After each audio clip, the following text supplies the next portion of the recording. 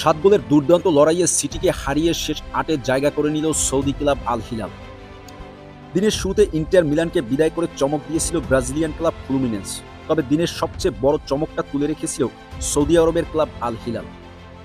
ফ্লোরিডায় Manchester সিটিকে ৩-৪ গোলে হারিয়ে club বিশ্বকাপের কোয়ার্টার ফাইনালে জায়গা করে নিলেও সৌদির বর্তমান দুর্দান্ত ফর্মে থাকা এই ক্লাবটি শুরু থেকেই ম্যাচে গোলের লড়াইয়ে জমে ওঠে, যা স্থায়ী ছিল অতিরিক্ত সময়ে গড়ানো ম্যাচের শেষ বাঁশি বাজার আগ পর্যন্ত।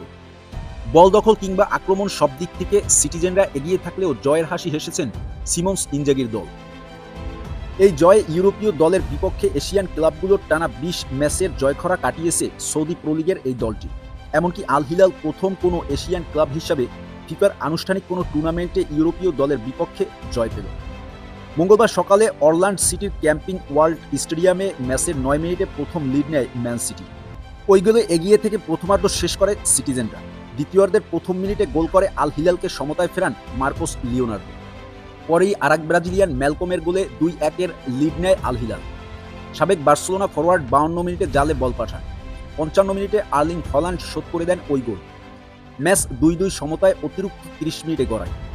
সেখানে সাবেক চেলসির ডিফেন্ডার কালিদু কোলোবালির হেড থেকে দারুণ এক গোল করে আল হিলালকে ৩-২ এগিয়ে নেন এবং কোয়ার্টার ফাইনালে নতুন করে স্বপ্ন দেখান। কিন্তু ফিল ফোডেন ওই স্বপ্ন স্থায়ী হতে দেননি। ম্যান সিটিতে নতুন যোগ দেওয়া রায়হান শেরকির অসাধারণ এক পাস থেকে ১০৪ মিনিটে গোল করে ফোডেন।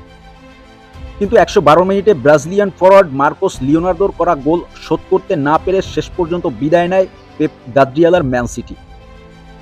আগামী শুক্রবার সেমিফাইনালে ওঠার লড়াইয়ে রাত ১টায় ফ্লুমিনেন্সের মুখোমুখি হবে সৌদির ক্লাব আল হিলাল।